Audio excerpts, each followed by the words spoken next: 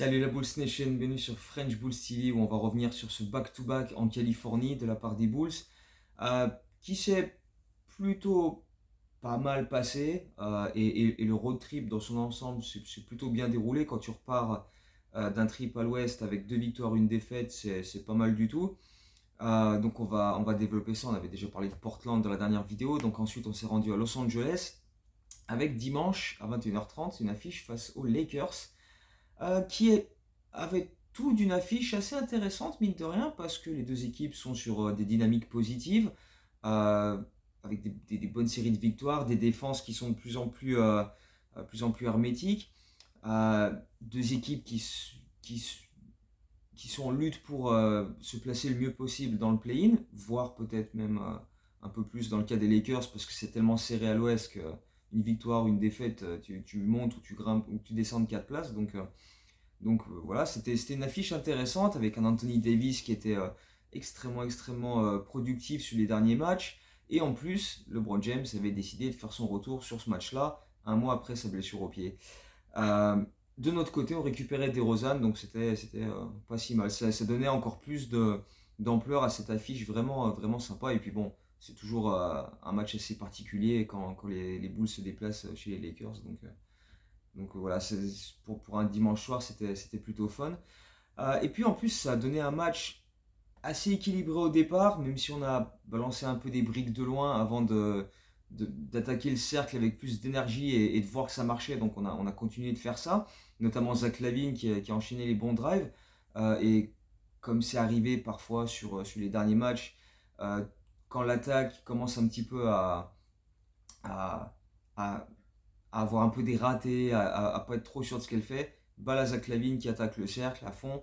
Et voilà, deux trois possessions de suite, des lay-ups, des drives, des lancers francs.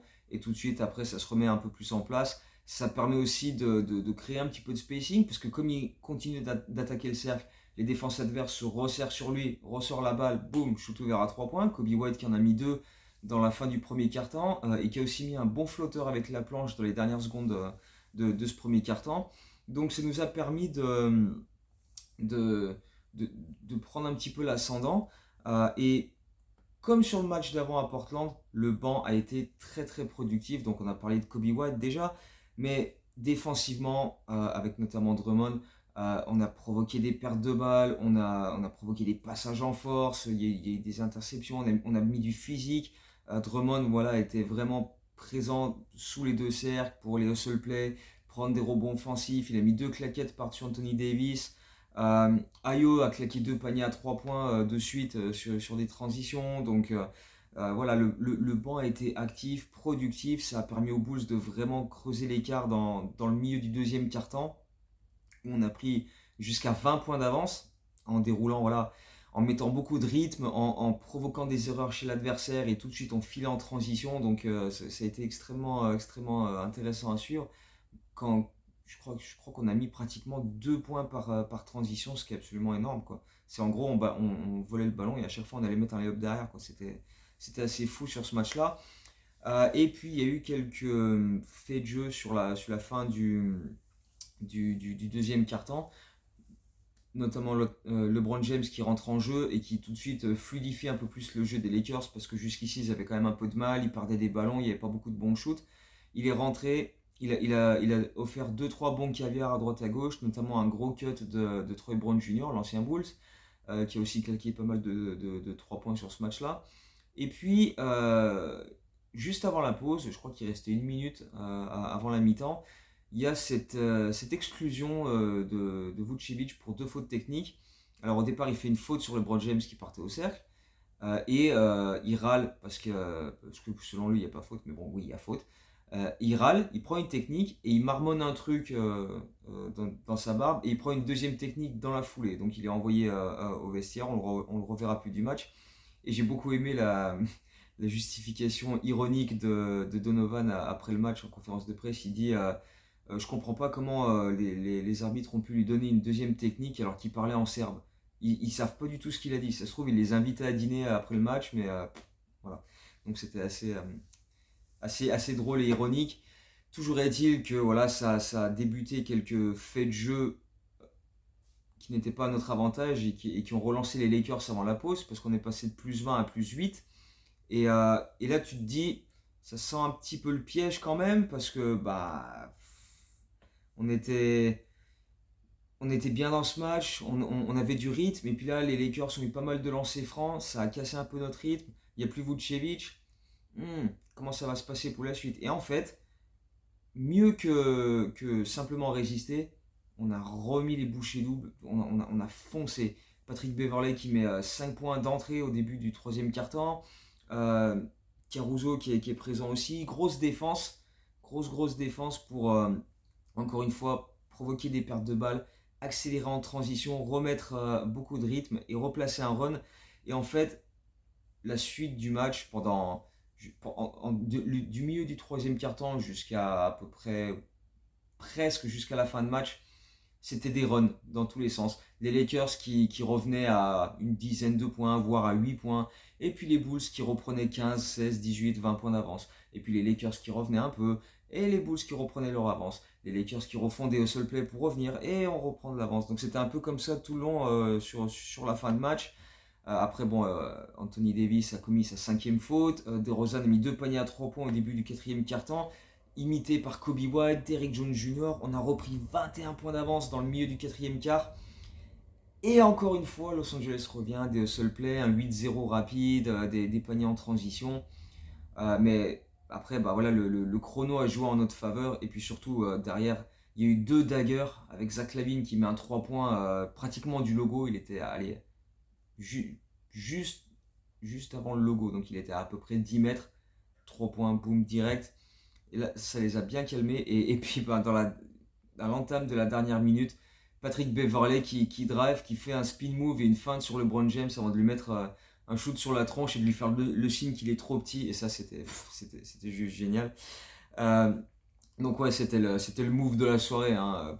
Patrick Beverley qui s'est régalé pour son retour aux Lakers, qui s'est bien permis de chambrer aussi, donc c'était toujours cool. Et puis voilà, quand tu gagnes, tu peux toujours te le permettre.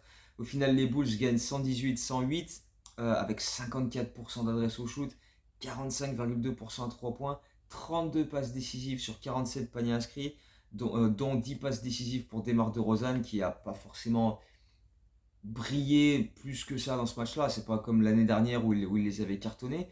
Mais voilà, il a fait un match quand même assez sérieux. Donc il était appliqué, il était important. Il a fait des interventions défensives de qualité aussi. Donc c'était sympa. Et puis on a pu, comme à Portland, compter sur le banc. Alors déjà à Portland, on avait fait des stats assez similaires en termes de passes décisives, de shoot, parce qu'on avait fait 33 passes décisives en 48 tirs. Et donc là, 32 en 47 tirs. Et le banc a été énorme. Kobe White, il avait mis 19 points à Portland, là il remet 13 points. Drummond, là il signe 12 points. Derrick Jones Jr. et Ayo avec 8 points chacun, des shoots importants. Derrick Jones Jr. Qui a eu du temps de jouer en deuxième mi-temps parce qu'il n'y avait plus Vucevic. Donc Drummond était le pivot titulaire et derrière c'est Derrick Jones Jr. qui prenait les minutes. Et face à Anthony Davis, il a mis de seul play, il lui a pris des rebonds sur la tête, il l'a bousculé physiquement de l'autre côté. Donc voilà, il a fait un gros taf, mais le plus intéressant, c'est encore une fois Zach LaVine, qui a encore fait un match d'une propreté mais phénoménale. 32 points, 13 sur 19 au shoot, 2 sur 5 à 3 points, 4 passes décisives, un petit peu de défense aussi. Il est sur une série, j'ai l'impression de le dire dans chaque vidéo, je crois que je le dis dans chaque vidéo, mais depuis le All-Star Game, c'est extraordinaire ce qu'il fait en termes d'efficacité, de sélection de shoot, d'intelligence dans ses choix offensifs, c'est du grand art.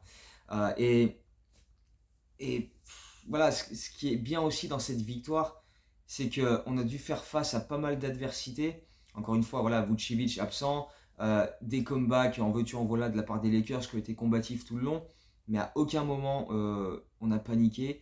À aucun moment, quand on est passé de 20 points d'avance à 8 points d'avance, on s'est dit oh putain, ça y est, il signe un run, c'est bon, on va s'effondrer, comme on l'a vu plusieurs fois cette saison. Là, non, on est resté concentré jusqu'au bout. Au lieu de se baisser les bras, on est reparti de plus belle, on a re-signé des hustle play, on a repris de l'avance, etc. Donc ça rend vraiment la prestation d'ensemble encore meilleure en fait. Parce qu'en termes d'attitude, on a matché ce qu'on était capable de faire avec nos qualités balle en main. Donc voilà, la tête et les mains ont vraiment été importantes sur ce match-là. Et quand les deux combinent, c'est quand même beaucoup, beaucoup plus pratique. Et puis voilà, on a eu une défense qui était quand même articulée sur euh, les prises à deux à l'intérieur sur Anthony Davis, ce qui est quand même souvent le cas. On a souvent une défense articulée de cette manière et on va y revenir sur le match des Clippers. Mais voilà, Anthony Davis au final n'a pris que 8 tirs sur ce match-là. Donc c'est quand même assez incroyable comme statistique, sachant qu'avant ça, il enchaînait les matchs à plus de 30 points, 15 rebonds. Enfin, il était énormissime, il était sur une super série. Et là, le voir prendre seulement 8 tirs, c'était quand même assez incroyable. Alors après, il a ressorti sur des gars ouverts et les Lakers ont profité d'une bonne adresse à 3 points pendant une bonne partie du match, avec Troy Brown Jr. et Beasley qui ont cumulé 10 sur 23 à 3 points. Euh, mais garanti, là ce soir, on rejoue les Lakers. Garanti, on va pas limiter Anthony Davis à 8 tirs ce soir. Nah, il va être revanchard, il est à Chicago, c'est chez lui et tout. À mon avis, Anthony Davis, s'il a 8 tirs dans le premier quart-temps, à mon avis, c'est déjà plus plausible. Mais mine de rien, sur ce match-là, on a fait ce qu'il fallait défensivement. Les close-outs étaient rapides, dans le bon moment. Les rotations étaient bien aussi. Donc voilà, tout a bien fonctionné. Et ça nous a offert une 6e victoire de suite à l'extérieur. On était même à 6-0 sur le mois de mars à l'extérieur, avec un dernier match à l'extérieur sur ce mois de mars, c'était le match aux Clippers pour tenter de faire le 7-0 et le 100%. Mais ça, c'est pas passé comme ça. Parce que déjà, on a appris que Caruso était forfait sur ce match-là. Euh, Ceci étant, avant le match, tu te dis quand même, hey, si on gagne aux Clippers, bon, donc non seulement il y a le 7-0 et invincibilité sur le mois de mars à l'extérieur, avec quand même des victoires à Philadelphie, à Denver, etc. Donc pas juste on a tapé n'importe quoi. Euh, mais voilà, en gagnant ce match-là, à ce moment-là, ça nous permettait d'égaliser en termes de bilan avec Atlanta et Toronto. Donc ça aurait été quand même une super opération au classement. Euh, mais ça n'a pas été comme ça. On n'a pas véritablement existé dans ce match-là.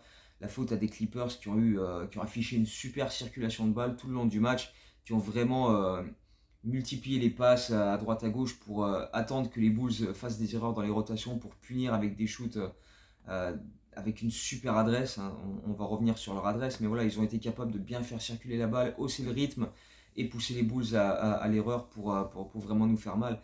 Parce que, un peu comme face aux Lakers, ce qu'on a fait face aux Clippers, c'est que euh, les Clippers servaient Zubac à l'intérieur. Et nous, on a décidé, alors c'est un petit peu bizarre, parce qu'autant face aux Lakers, ça fait du sens, parce que quand même Anthony Davis. Mais là, face aux Clippers, même si Zubac nous a souvent fait mal quand même, dans le passé, là, dès qu'il avait le ballon, il attendait la prise à deux, donc l'aide d'un joueur des Bulls, et il ressortait la balle sur des shooters extérieurs. Et les Clippers ont eu une énorme adresse à 3 points tout le long du match, notamment un certain Nicolas Batum qui nous a déglingué.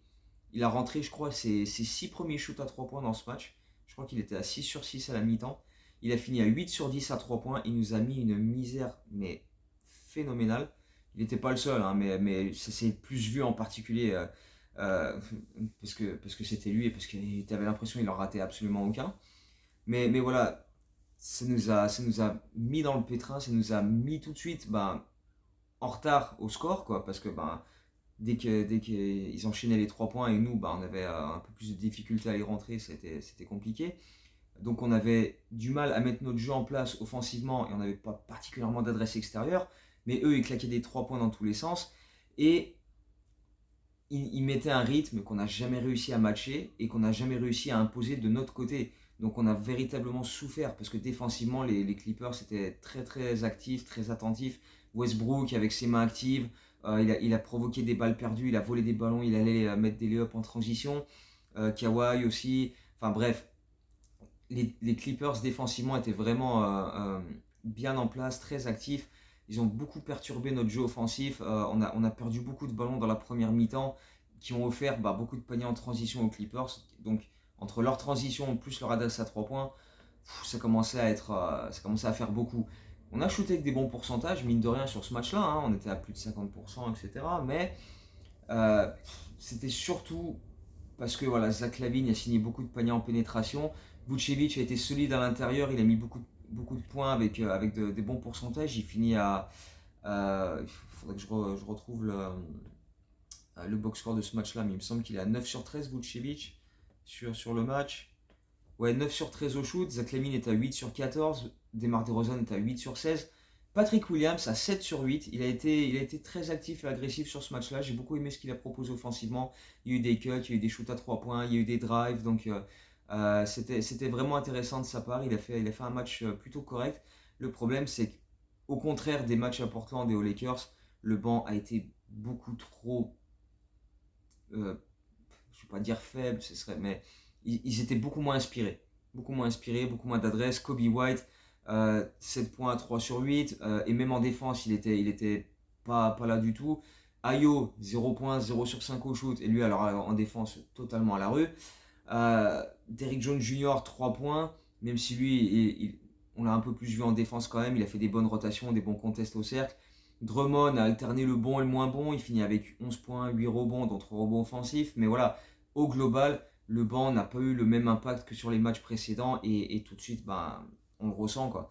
Quand on n'a pas cette aide de la part des benchers, c'est tout de suite plus problématique, quoi. Mais le vrai problème sur ce match-là, c'est que les Clippers ont fait 20 sur 40 à 3 points, 50%, dont 8 sur 10 pour Batum, 80%, c'est monstrueux. Et nous, on a fait 9 sur 23.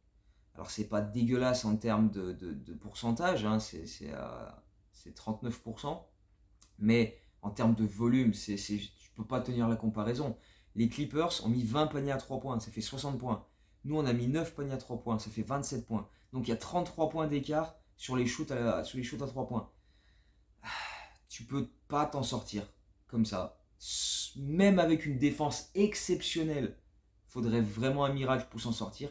Et comme on a été loin d'être efficace défensivement sur ce match-là, bah ça l'a pas fait. Et on perd de 12 points au final, 124-112. Parce qu'en fin de match, bon, bah, les Clippers, ils ont mis le banc. Nous, on a mis le banc. Et voilà, Terry a essayé de mettre voilà, quelques shoots, etc. On a mis quelques paniers à la fin du match pour faire en sorte que l'écart soit pas énorme.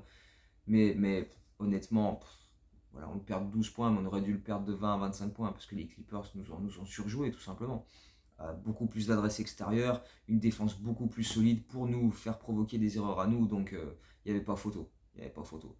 Logiquement, tu perds ces matchs-là de plus de 12 points. Mais bon, voilà, après, le score au final, il est anecdotique, il ne sert pas à grand-chose, même si, voilà, euh, ça reste une défaite, peu importe de combien, ça reste une défaite logique, surtout en back-to-back, où voilà, il y avait peut-être un peu de fatigue aussi.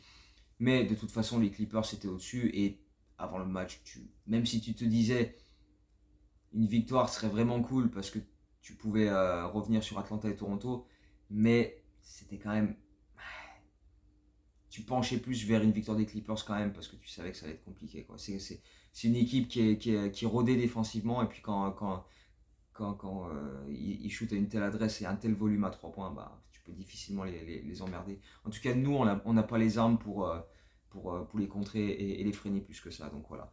Mine de rien, ça reste un road trip victorieux, 2 victoires, une défaite. Euh, ça reste quand même très très bien. Quand tu reviens de l'Ouest avec un bilan au-dessus des 50%, c'est toujours sympa. 2 matchs où on a très très bien shooté, un autre où on a un peu moins bien shooté, mais quand même de manière assez importante, parce que mine de rien, on shoot à 53% sur ce match aux Clippers, 39% à 3 points, comme on disait. Donc ça n'a pas été dégueulasse, loin de là, mais voilà, les Clippers ont été juste au-dessus. Je crois qu'eux ont shooté à 59% au total. Donc bref. Euh, 3 matchs quand même de qualité de notre part sur le plan offensif. Défensivement, c'était moins bien face aux Clippers, mais dans l'ensemble, ça reste un road trip assez intéressant. Au classement, ça fait qu'on est à 36 victoires, 39 défaites et toujours 10e de la conférence Est. Est-ce qu'on est assuré d'être dans le play-in? J'ai envie de dire oui, parce que même si Washington a mis 130 points à Boston cette nuit, ils sont encore à 3 victoires derrière nous et il reste 7 matchs. Indiana est à 3,5 victoires derrière nous et il leur reste 6 matchs seulement. Donc à moins d'une catastrophe où on perd tout ce qui nous reste et Washington enchaîne et Indiana enchaîne, on va être quand même dans le play-in. Je pense qu'on a quand même assez bien assuré notre place dans le play-in parce qu'il y a de l'écart avec ceux qui sont derrière et il reste très peu de matchs maintenant. Donc ça va être. Faudrait vraiment catastrophe, quoi. Scénario catastrophe, on gagne plus un match sur ce qui nous reste, quoi. Faudra quand même que Caruso revienne parce que depuis le All-Star Break, il a loupé 4 matchs et on est à une victoire, 3 défaites sur ces 4 matchs-là. Sachant que les 4 matchs, bon, il y en a un contre Philadelphie, il y a celui-ci contre les Clippers, donc c'est pas non plus contre des petites équipes, mais c'est des matchs où on a souffert défensivement, quoi. Euh, Maintenant, le play-in, on devrait être dedans. Reste à savoir à quelle place. Et maintenant, l'objectif, on va dire, c'est de se placer le mieux possible, 8, 9, 10e. Parce que vu que l'écart reste minime avec les deux équipes du dessus, euh, il faut viser ça. Alors après, c'est vrai que cette nuit, ça aurait pu être assez intéressant pour nous parce que Atlanta recevait Cleveland et Toronto recevait Miami, donc des affiches quand même plutôt solides où tu pouvais peut-être te dire bah, Atlanta et Toronto peuvent éventuellement perdre et si on bat les Lakers cette nuit, les trois équipes ont le même bilan. Sauf que bah, ça s'est pas vraiment passé comme ça. Toronto a battu Miami et Atlanta, même s'ils se sont fait peur dans le quatrième quart-temps, ils ont gagné à l'arrache contre Cleveland. Donc du coup, ils ont une victoire d'avance et si on bat les Lakers cette nuit, on revient à 0,5 victoire avec une dizaine de jours restants en saison régulière, sachant qu'on affronte Atlanta mardi prochain et que c'est un match très très important aussi pour le tiebreaker qu'on a pour l'instant. Mais si Atlanta nous bat chez nous, ça peut changer. Donc voilà, maintenant c'est à nous de faire le taf. On a les Lakers ce soir. Comme on disait, je pense pas que Anthony Davis va avoir 8 shoots dans le match. LeBron James va être revanchard par rapport à Pat Bev. Je crois qu'ils vont récupérer D'Angelo Russell, donc ça va pas être simple pour nous ce soir, en espérant qu'on récupère Caruso qui est listé incertain, questionable, tout comme Javonte Green qui a loupé le road trip tout simplement, parce que je pense qu'il est revenu un peu trop vite et son genou a pas trop aimé la surcharge de travail, l'enchaînement des minutes, même s'il a joué pas beaucoup, mais le fait de revenir à la compétition, le genou il a fait pas tout de suite. Donc du coup, il a pas joué pendant ce road trip. Là, s'il peut revenir sur les quelques matchs, même s'il apporte une dizaine de minutes, donc un grand maximum, c'est toujours ça de prix. Par ses hustle play, son énergie, il peut toujours être important. Donc là, on a les Lakers ce soir. Après, on a Charlotte et c'est pas simple du tout, parce qu'on a déjà perdu contre Charlotte cette saison. Et Charlotte, en ce moment, bah, ils ont tapé 2 fois Dallas, ils viennent de taper OKC cette nuit aussi. Donc, pas simple, ils sont sur une dynamique intéressante malgré l'absence pour la fin de saison de la Melo Ball. Donc, ils n'ont rien à jouer, mais ils gagnent des matchs. Donc, va comprendre. Après, on a Memphis dimanche à 21h30. Puis ce match à Atlanta mardi soir. Après, on se déplace à Milwaukee. On va à Dallas. Et on termine par la réception des Pistons pour le dernier match de la saison régulière. Qui sera dimanche 9 avril à 18h 19h. Je sais plus. Mais voilà. Tôt. Un horaire plutôt intéressant. Bref. Pendant ce temps-là, Toronto, ils jouent Philadelphie, ils ont 2 fois Boston, ils ont Milwaukee d'ici la fin, donc ça peut éventuellement jouer. Je crois qu'il y a les statistiques qui disent la difficulté du calendrier restant. Je crois que Toronto a le deuxième pire calendrier sur ce qui reste sur cette fin de saison. Donc si on peut en profiter, bah, ma foi, on va pas se gêner. Si on peut prendre le tiebreaker sur Atlanta en les battant mardi prochain, faudra pas se gêner. Mais voilà, à nous de faire le taf et ça commence par les Lakers ce soir. Donc espérons prendre une belle victoire ce soir avec en espérant Caruso de retour, peut-être Javonte Green aussi. Si on peut avoir un maximum de gars dispo, ben, on va pas s'en priver. Et donc nous on se retrouve peut-être dès jeudi, demain ou vendredi pour parler de ce match face aux Lakers et voir ce qu'ont fait la concurrence et voir où on en est au niveau du play-in. Donc d'ici là, ben, portez-vous bien, comme les Bulls en ce moment, parce que mine de rien on est sur une dynamique quand même assez positive. Et puis, on se retrouve très très bientôt pour parler de la suite de cette fin de saison. Ciao, à bientôt, Go Bulls.